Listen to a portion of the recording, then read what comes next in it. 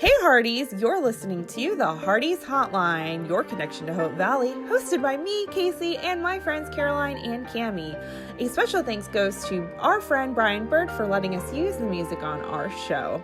Without further ado, grab a scone from Abigail's and enjoy. Welcome back, Hearties, to the Hearties Hotline. Cammie and I are here to talk about a big entrance in more ways than one. The riveting arrival of Rosemary Leveaux. But before we get into that, so the story begins here at Rules of Engagement. Don't forget the stirring entrance of Bill Avery as well, Kaycee. Yeah, that's true. Yeah, that's true. We have quite a few stirring entrances, grand entrances, surprises, very significant entrances, I would say, as well, because these two are still there. So who'da thunk? Who'da thunk it? Not me with Rosemary, I tell you that much. All right, before we get too deep into our discussion about these two wonderful characters that we have grown to love. Episode 11 of season 1. We're almost at the end.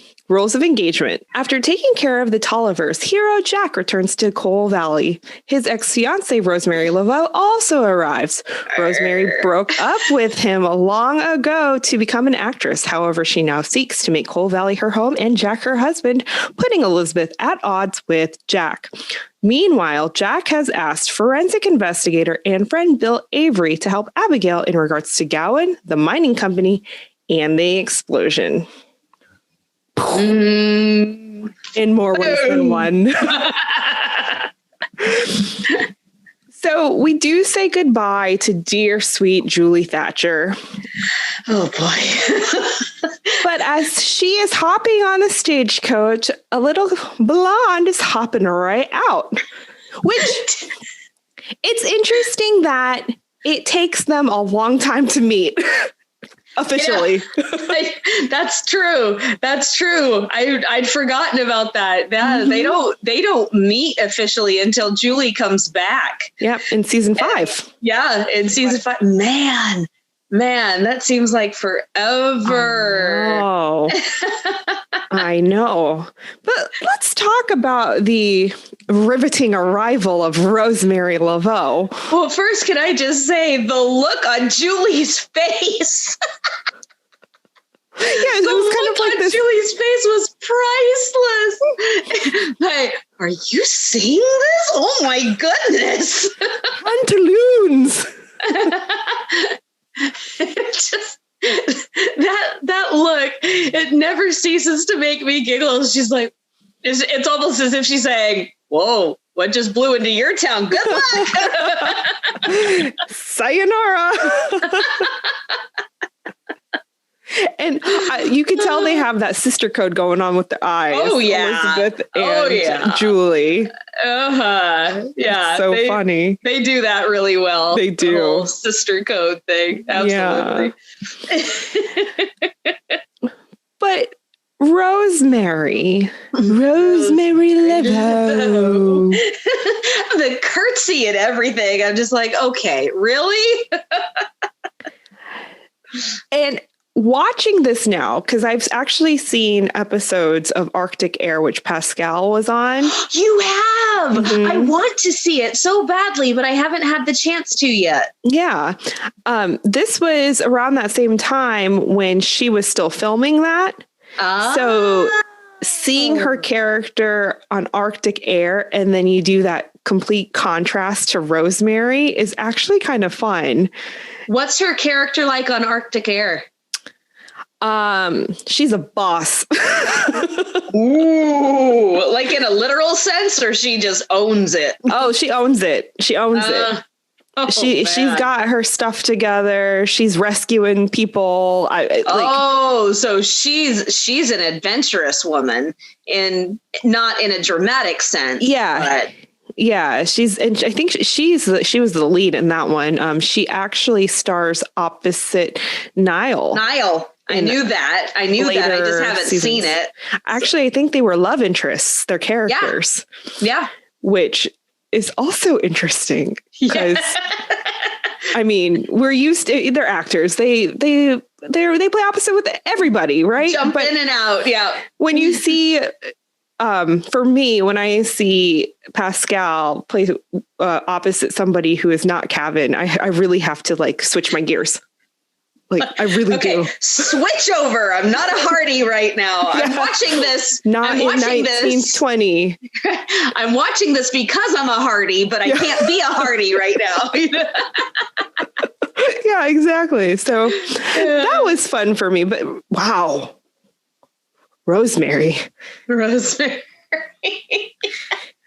Oh boy. And, up until the point that she says Jack's name, they're getting along pretty well. You see them all giggling and it's really sad, actually. It really is. And Rosemary is a great storyteller, and she's a great expresser of words and making life sound so grand and interesting that anybody would be drawn to that. I can see how people would be taken in and just like, this is great. Her presence fills the room, or as Jack says in the next episode, your presence can sidetrack an army.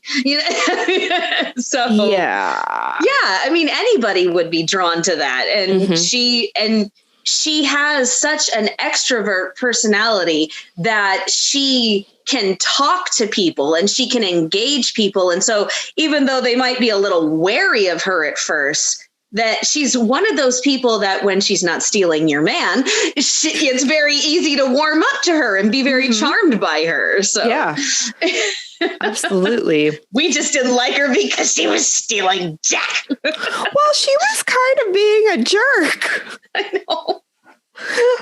Let's you know what? We're not going to do a whole bit by bit summary. We're going to talk about these characters because that's the best part. Rosemary. Yep.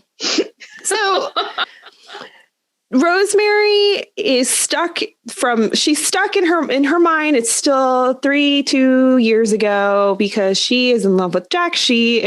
Well, I mean, like they've had to have a relationship for more than just 2 years, but she's stuck in the past. Yeah, she is. And she still thinks she's engaged to Jack, even though she broke it off. Yeah, see, that is the thing that drives me crazy. I can totally understand, looking at it from Rosemary's perspective, I can totally understand why she would be upset. She comes in, she sees Jack, she's still in love with him. He's moved on. No, you were mine first. She has the prior claim. So in her mind, he should still be hers because she had the prior claim. However, there's a big butt coming. She broke it off. And if they had just kind of separated and said, we'll see what happens, that would have been entirely different. But she broke off their engagement. They went their separate ways, completely and totally severed from each other. And now she's expecting to come back and just pick right up where they left off before she dumped him. Right. Girl, you got a problem. The other thing, too, is the interesting contrast between Elizabeth and Rosemary. Yes. Watching the two of them across from each other or whatever. Oh, yeah. Mm-hmm. And just by Jack's type. Because people have a type, People are drawn to certain kinds of people that they mesh with, that they're attracted to. Usually it's this... Maybe they don't look alike, but maybe they have the same personality, maybe same style of personality, or maybe it is a look thing. Like I know some people who I've looked at their record of relationships and I'm like, wow, you have a type. They all look alike. It's actually kind of comical. Anyways. Oh, man. Elizabeth and Rosemary can't be any more different than oil and like they are so polar opposite. It's true.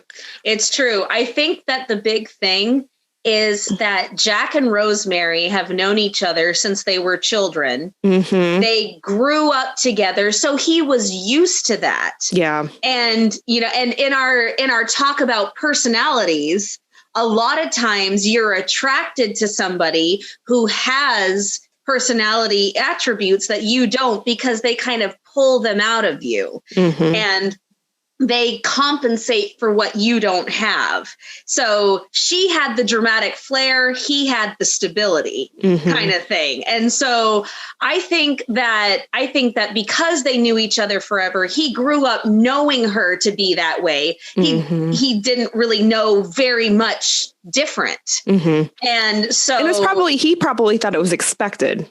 Yeah, he probably thought it was expected to. But the other thing is that I think that that's why even I don't know. My opinion is kind of sketchy on this, but I think that even if she hadn't broken it off, I think that before they would have gotten married, that Jack would have figured out that they weren't right for each other, just from how polar opposite they seem to be. And just as time went on, I think he would have seen, wait a minute, this does not fit. Right. So, right. And do you see Rosemary as a Mounties wife? No. I mean, I feel like she would do well with a businessman, maybe a timber tycoon. I don't know. Timber tycoon kind of guy. One with a motorcycle. Oh, you said too much. But yeah. Yeah, there is no way that Rosemary would have survived as a Mountie's wife with not receiving recognition and not being able to be where the action is theatrically and all of that. Oh yeah, there's no way.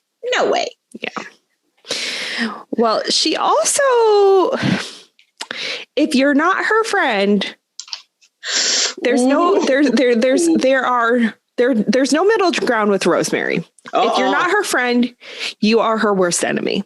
At this point, yes. Season 1 Rosemary. Yes. Season 1 Rosemary is how do I she's ruthless. That's the way I'll put it. She's ruthless. Yeah. Riveting and ruthless. Let's see how many R words we can come up with. Rosemary, riveting, ruthless, and rapid fire. So when she comes in and we find out she's the fiance and she's so like over the top and everything, at first I'm like, okay, this chick's annoying, man. But okay, whatever. That's just her.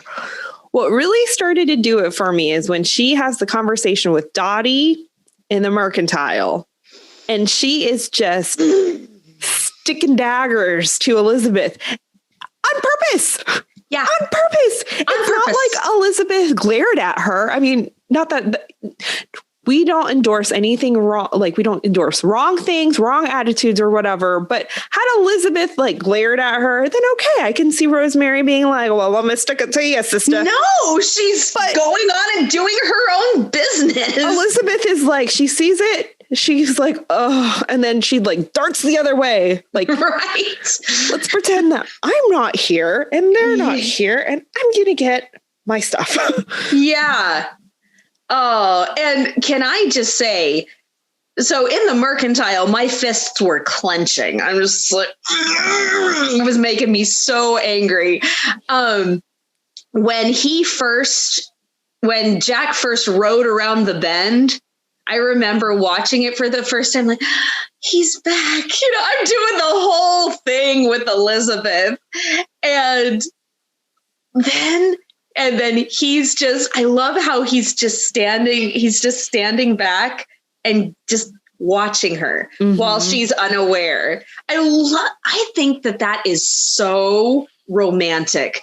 I've seen it in a lot of films and TV shows, and just being watched when you're unaware and the person watching is just falling in love with you even more than they are, just like, oh.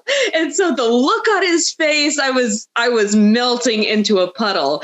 And then they lock eyes and that smile just spread across his face and my heart melted.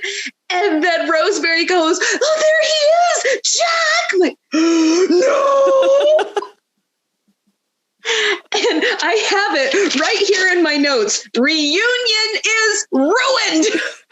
Ooh, Rosemary ruined reunions.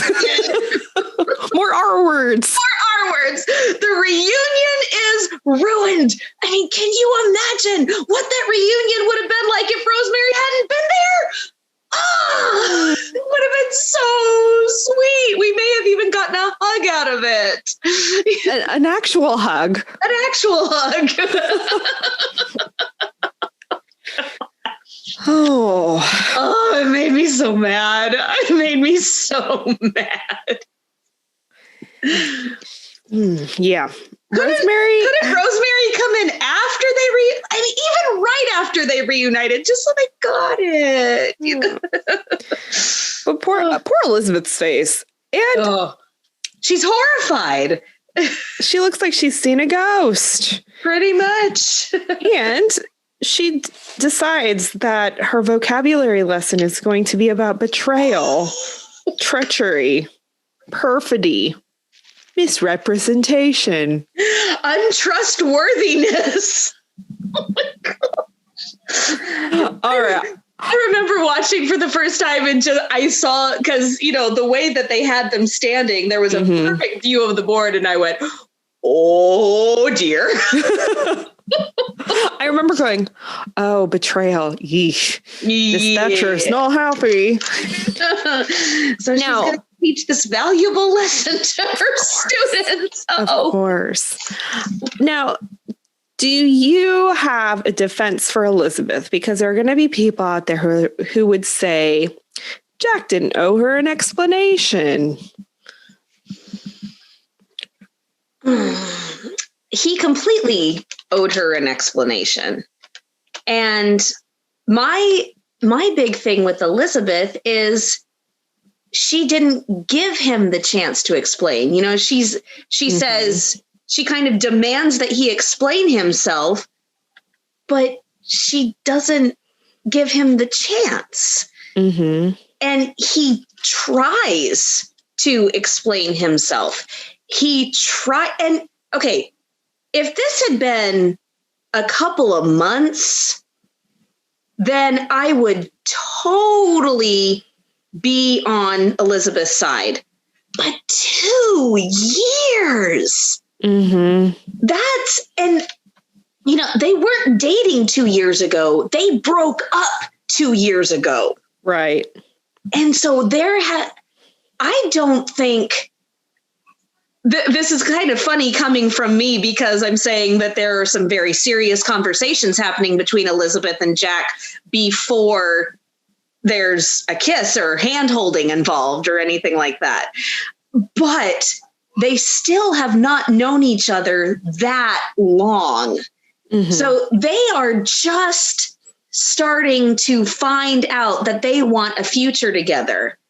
So what was he supposed to do? Spill, by the way, I had a fiance and she dumped me while they were dancing, Right. And I feel like had he not left, that would have given him more opportunities to exactly talk, especially, let's say he was never offered the position. Let's say they had that romantic dinner, all was well. I could see it from there. That's the point, because they're establishing a relationship. That's the point where you start telling her, deep, dark secrets. The deep, dark secrets. And did someone mention any other men from her past?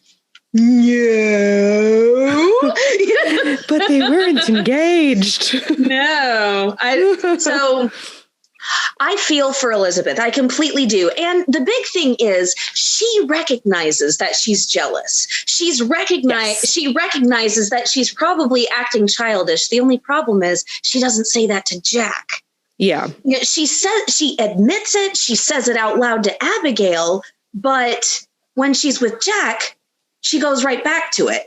I can totally sympathize that this is probably one of the few times that she has given her heart so completely. Mm-hmm. She's not used to stuff like this happening.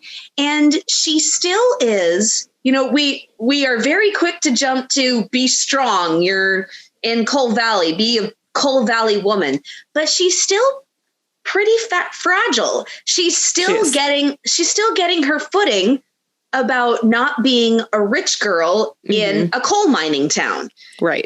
She is still trying to find her footing and become a Coal Valley woman. Mm-hmm. So to quote a favorite television show of mine, I've heard it both ways. That's Psych for anybody who doesn't know. There you go. Yeah, I see it both ways. I see fault in Elizabeth, and I do see fault in Jack, but the fault that I see with Jack is that when Rosemary comes up, he kind of gives in and goes with her instead of saying no, go away. Yes. He should be pushing her away. Like, okay, and we're done, and we're friends, and goodbye. If he had been more forceful, I think they were wanting to show just how forceful Rosemary's nature and personality was, which was a good way to show it. And it also offered for some more tension and some more drama and things like that. But that would be my beef with Jack he didn't say, no, stop, go away. And then walk over to Elizabeth and say, okay, I need to explain. Yeah. So, and then Elizabeth did not let him explain, and she let her rich girl jealous tendencies take over. So yeah. And I will say, in defense of Jack, it would be a little it would be odd, and it would be difficult knowing how to handle somebody that you grew up with as a child, somebody that you've both, I assume Rosemary's father is not alive anymore. We don't know that, but that's just kind of an assumption. Jack obviously lost his father. So the Leveaux were probably there for Jack and his brother and mother when his father passed away. And they probably had this really deep bond of kinship. Yeah. Family, kinship, friendship. And so it would be really weird if one of my good friends that we had dated in high school or whatever, and then all of a sudden they come back and they're, being like, hey, and they come without a spouse. Right. And if I weren't married or anything, I would kind of be like, I don't know what. The other thing is Jack is out of practice. He hasn't had to deal with her in 2 years. And he's changed in 2 years. He has changed a lot. You can tell. He's changed in 11 episodes. He has changed. You bring up a good point. Episode 1, Jack, I can totally see them together. Yeah, he's arrogant. Arrogant, snarky. Yeah, the two of them probably had some really great bantering going on. And, it's always funny because when we start a movie or we start a TV show with a broken up couple, I'm always curious to see what they would have looked like together, and so I remember being very curious. Oh, I wish that we could have seen a flashback to see what they looked like together. Yeah. Did Jack just kind of give in, or were they going back and forth? Right. But Yeah, Jack is out of practice. He has changed dramatically in just 11 episodes. So he's probably changed very dramatically in 2 years. Mm-hmm. And he's out of practice dealing with her. And so she suddenly shows up and he's got to get his mind straight. So even though that's a very man mentality, and as a woman, I think, deal with it. Come on. Still, it's still a very real thing. Yeah. And I would venture to say that they probably both gave each other lip. Like they were probably say that too. Yes. Very much always the, I love you, I hate you, that kind of relationship. I just see that with Jack and Rosemary, but they just can't release each other because of their history together. I think that's what was keeping them together even when they were engaged. Probably. I feel like that's probably one of the driving factors, because Rosemary ends up with somebody who is different than Jack and different, very polar opposite of her, but they balance each other out so well. Whereas Jack and Rosemary are probably gas and fire. Yeah, that's a good way of putting it. An explosion. And explosions happen very often. Yeah. And the other thing is, even though episode 1, Jack is very snarky and very arrogant, you can tell that he's still a nice person. Yeah.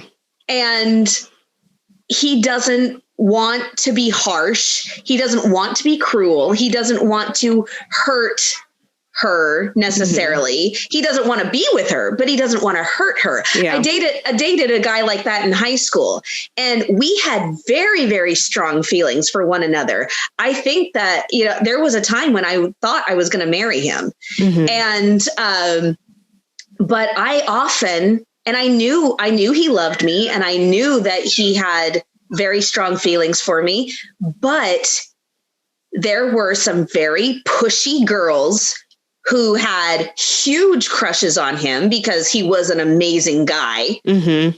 And he was too nice to say no. He was too nice to push them aside because he didn't. And, we were teenagers. We were trying not to be too serious because we wanted to make sure that nothing inappropriate happened or anything like that.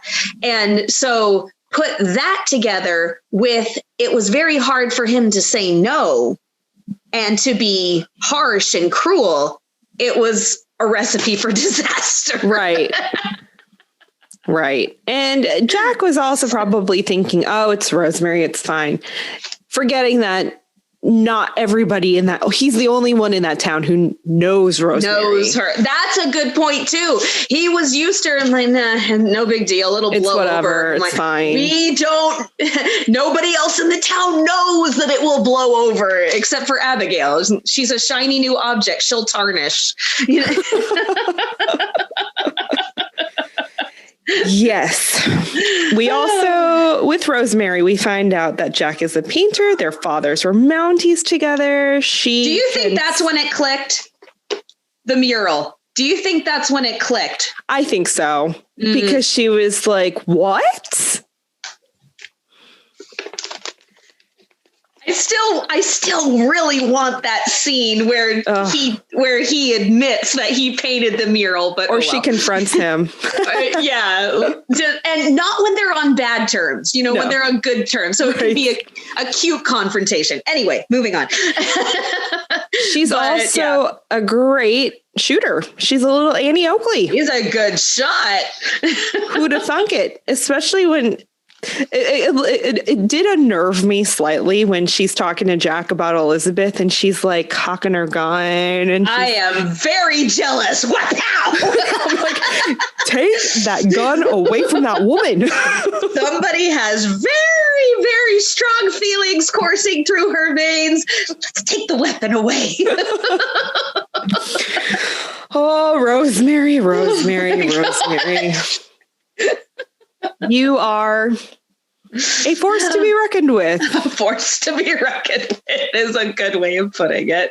And isn't it interesting that now people are calling Elizabeth a force to be reckoned with in a very different way? But people are calling Elizabeth a force to be reckoned with. I just think that's sweet that the best of Rosemary and the best of Elizabeth have kind of come together for the two of them. Yeah, so, it has. Their friendship is beautiful now. It is so beautiful, but we're not there yet. Let's talk about another newcomer to Coal Valley. Somebody who also decided to stay. Mr. Investigator Bill Avery, played by Jack Wagner.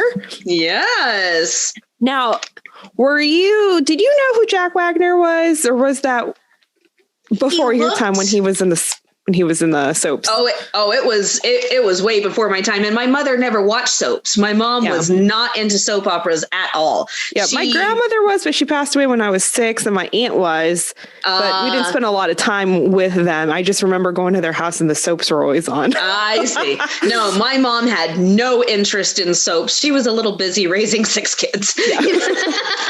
But no, my mom was more into movies than TV shows. And so we had a million movies recorded on VHS tapes that we would pop in. Yeah. But yeah, I recognized him. Let me put it that way. I recognized his face. Turns out I had seen him on Monk. He was okay. Yeah. Yeah. He was on an episode of Monk. So I knew that I had seen him in a place or two, but I had no idea who he was. Yeah. Yeah. So Bill comes to investigate the mine explosion on behalf of Jack. There's something going on between Bill and Gowan. Okay.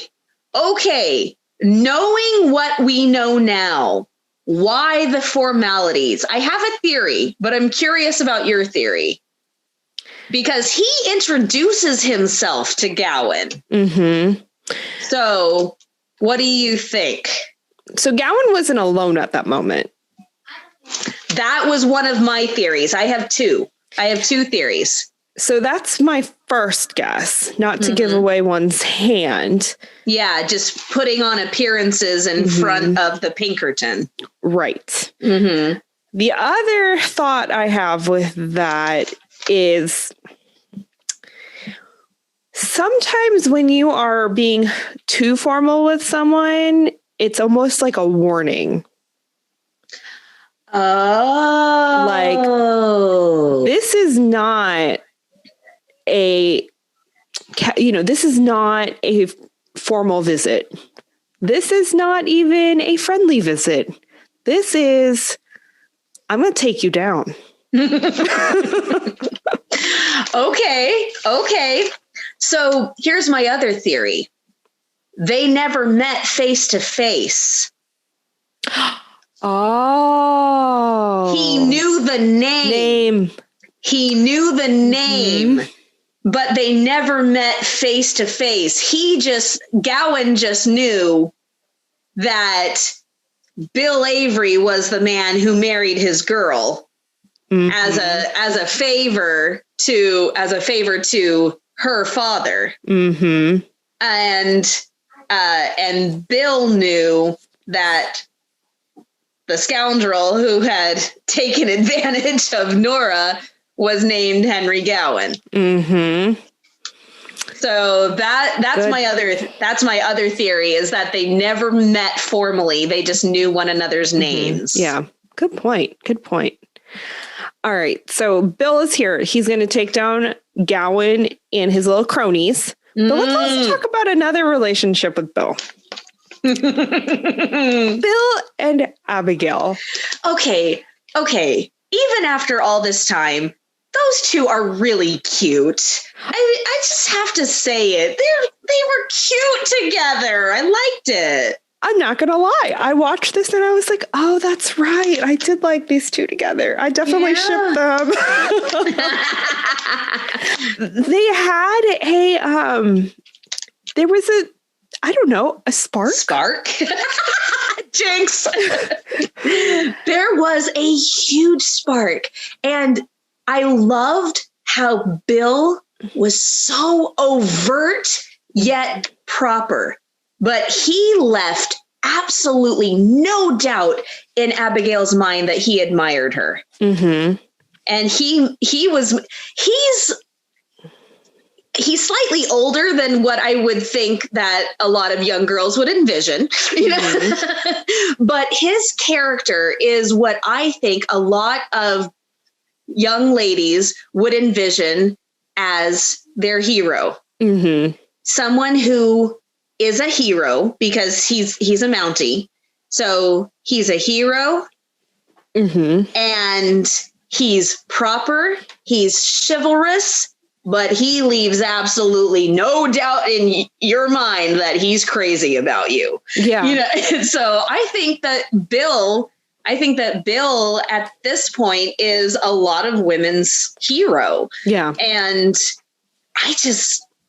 when the two of them broke up and they were just friends, I didn't understand it all, but they had an easy friendship and I was totally fine with it. But seeing this again, I was like, man, they were really cute.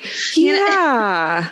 Yeah, I too agree with you on the when they broke up in season 2. That one did leave me a bit baffled. Yeah. And Bill's sudden change in character. Here's another good thing now that we know the whole story. Yeah.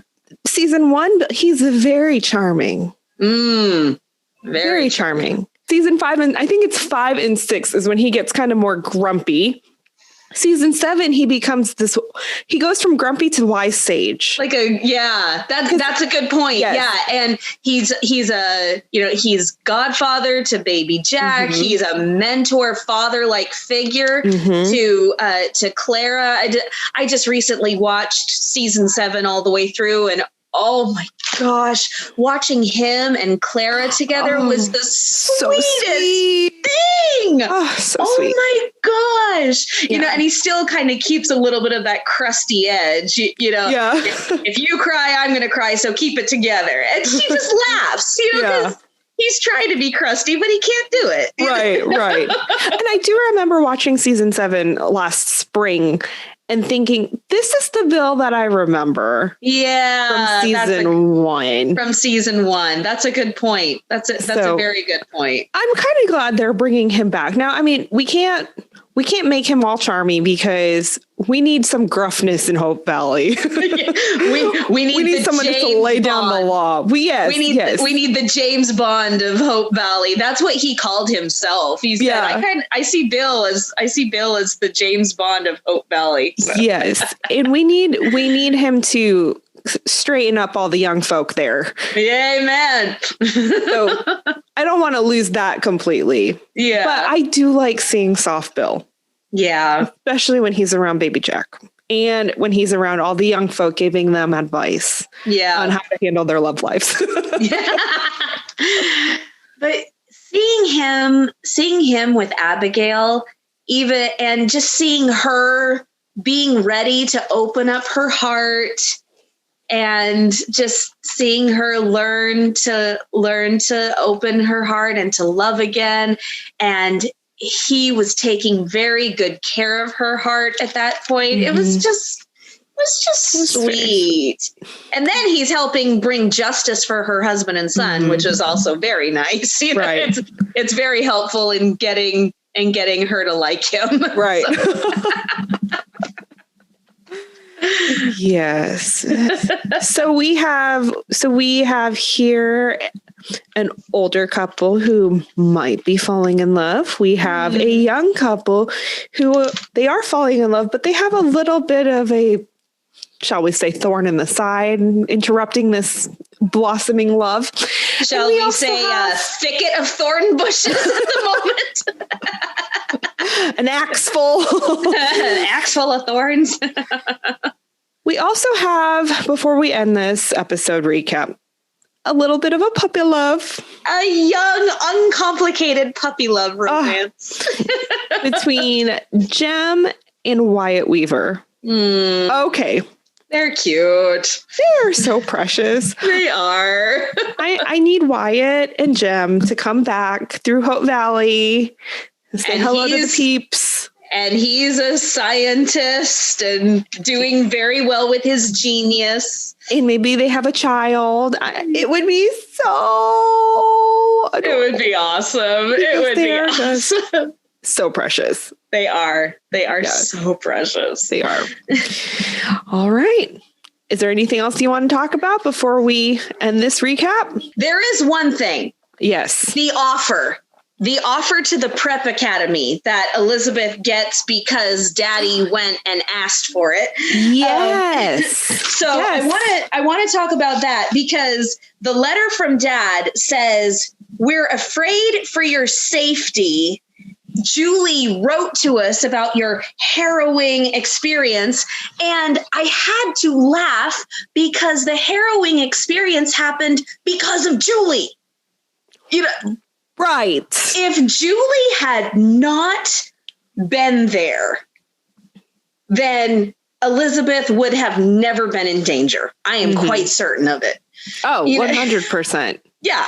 So Julie wrote to us of your harrowing experience. With the harrowing experience wouldn't have happened if it hadn't been for Julie. Not to mention it was Julie telling the story. So of course she's not going to make herself look bad in front of Daddy.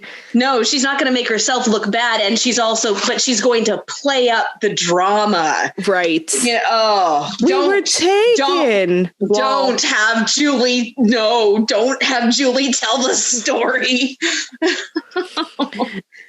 And that also plays into more complications with Jack and Elizabeth because somebody was eavesdropping at the door of the cafe. And somebody tells half of a story, which is that Elizabeth is leaving. Elizabeth is leaving. That little... What was the word? She was doing... she was doing prevarication. I actually looked it up, and it's telling somebody a lie in a sneaky way. Like, that's what Rosemary's doing. She is practicing prevarication. There you go. Yes. Shame on you. Shame, Rosemary Leveaux. Well, the story is not done yet because we have lots more to talk about in the final episode. Oh my gosh, my favorite one of season 1. It's going to be so exciting. We're going to wrap these things up, kind of. Yay. The bow might have a little more curls and bows because of other things that may happen.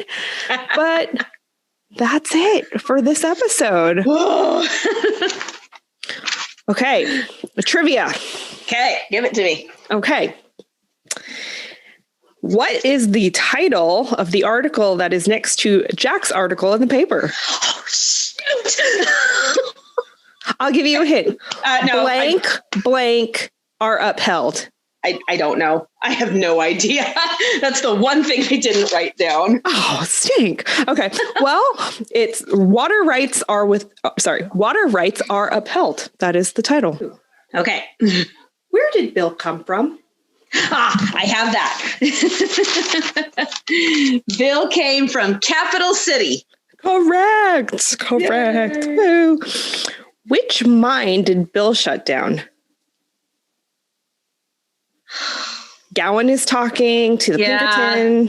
Yeah, I remember. I don't remember. So, it is the Richmond mine. Richmond mine.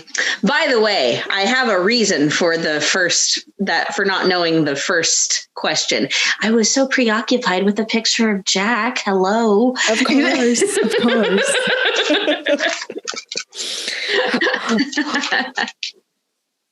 I think we answered this already in our recap, but what is the name of the school that Father Thatcher pulls that request from?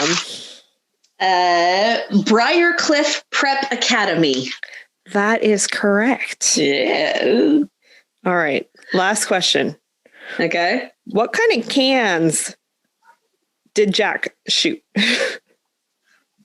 Man, I'm not doing too well this time. Oh my! I thought you wrote everything down. I thought I did too. I guess my problem is I'm so busy looking down, writing what's happening in the story that I forget to look up and look at the stuff that's actually on the screen. Is it beans? Wax beans. Yay! Yay! Good job. Yay! You squeaked by. For me, that's terrible. Man, I'm Oliver O'Toole right now. I got a 95 once and it still haunts me. For shame. For shame. For shame. All right, Hearties, we will be back next time, and we hope you have a wonderful rest of your week. Let us know what you thought about this episode. Let us know your thoughts about season 1, Rosemary, and season 1, Bill. And we have just a few more weeks till season 8 drops, and we are so excited. Yay! Because after we finish our recaps of season 1, we are going to do our prediction and wishes and hopes and dreams for season 8. Be prepared for gushing and be prepared to talk about Nathan and Lucas. Yeah. Be prepared. And on that note, we'll see you next time. Bye. Bye, guys.